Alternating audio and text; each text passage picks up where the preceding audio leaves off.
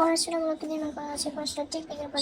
যখন ভালো করে আসলে টেকনিকটাই আসলে, যেমন আমি একটা অধ্যায় ধরছি প্রথম অধ্যায়, তো এখান থেকে এখন কী পড়তে হবে, কী মুখস্থ করতে, সেটা আসলে আমি ক্লিয়ারলি জানি না। তখন কী করা যে বইয়ের শেষে কিন্তু প্রশ্ন দেওয়া থাকে যে ক বিভাগ, খ বিভাগ, ক বিভাগ দিয়ে প্রশ্ন দিয়ে থাকে। তো আমি সবার আগে দেখে নিলাম যে কী কী ওই প্রথম অধ্যায় থেকে কী কী প্রশ্ন আছে, কী কী পড়তে হবে, এটা আগে দেখে নিয়েছি। দেন আমি যখন রিডিং পড়বো তখন বুঝতে পারবো যে কী পড়তে হবে। তো ওখানে দেখছি যে সমাজবিজ্ঞানের সংজ্ঞা বা প্রভাব, এগুলো প্রভৃতি এগুলো পড়তে হয়। তখন আমি পুরো রিডিংটা করলে বুঝতে পারবো যে কোনটা আমার পড়া উচিত আর কোনটা স্কিপ করলে চলবে। যেমন এখানে সবগুলো করার দরকার নেই।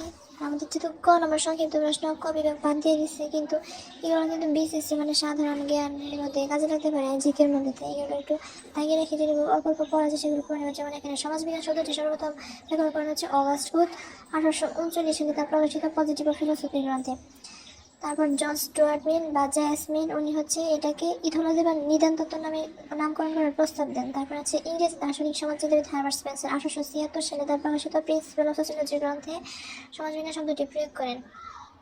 সমাজবিজ্ঞান বলতে সমাজ সম্পর্কিত জ্ঞানকে বোঝায়। ইংরেজি সোসিওলজি শব্দটি ল্যাটিন সোসিয়াস এবং গ্রিক লগো শব্দ সমন্বয়ের সৃষ্টি। সোসিয়াস অর্থ হচ্ছে সঙ্গী বা সাথী, আর লগো শব্দ অর্থ হচ্ছে আলাপ আলোচনায়। আর এমিল ডুরখেমের মধ্যে সমাজবিজ্ঞান হচ্ছে সামাজিক প্রতিষ্ঠানের বিজ্ঞান।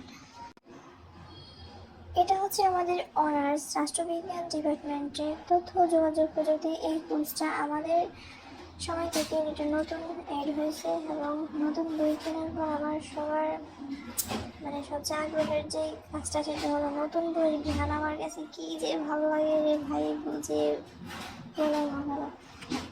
মানে বইয়ের ভিতরে যে মজার একটা ঘ্রাণ লাগে, পারলে ভেবেন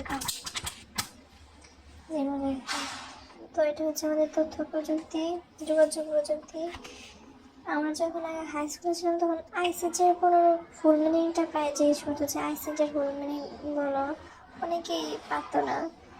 আর আমি পেঁচা আগে দিতাম যে এমটা আসলে কোন জায়গায় হবে, যে কমিউনিকেশন আগে না পরে, ইনফরমেশন অ্যান্ড কমিউনিকেশন টেকনোলজি।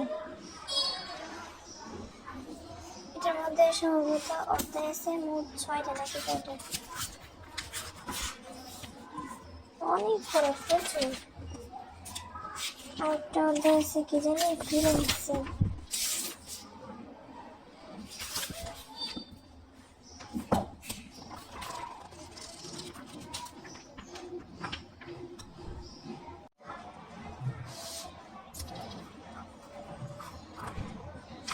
প্রথম 6টা অধ্যায়ের নাম হচ্ছে, প্রথম অধ্যায়ের নাম হচ্ছে তথ্য যোগাযোগ প্রযুক্তি এবং কম্পিউটার সিস্টেমের ভূমিকা।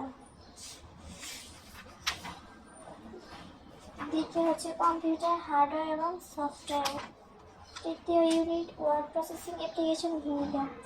চতুর্থ ইউনিট হচ্ছে স্প্রেডশিট অ্যাপ্লিকেশন। পঞ্চম ইউনিট প্রেজেন্টেশন অ্যাপ্লিকেশন।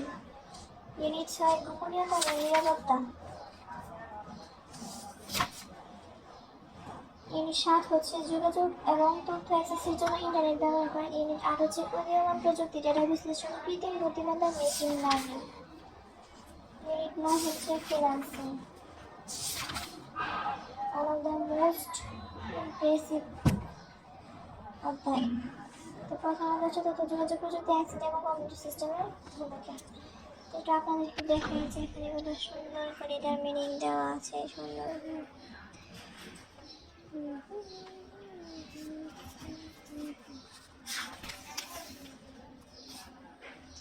কি পড়তে হবে, কি আসবে, এটা এখনো জানি না।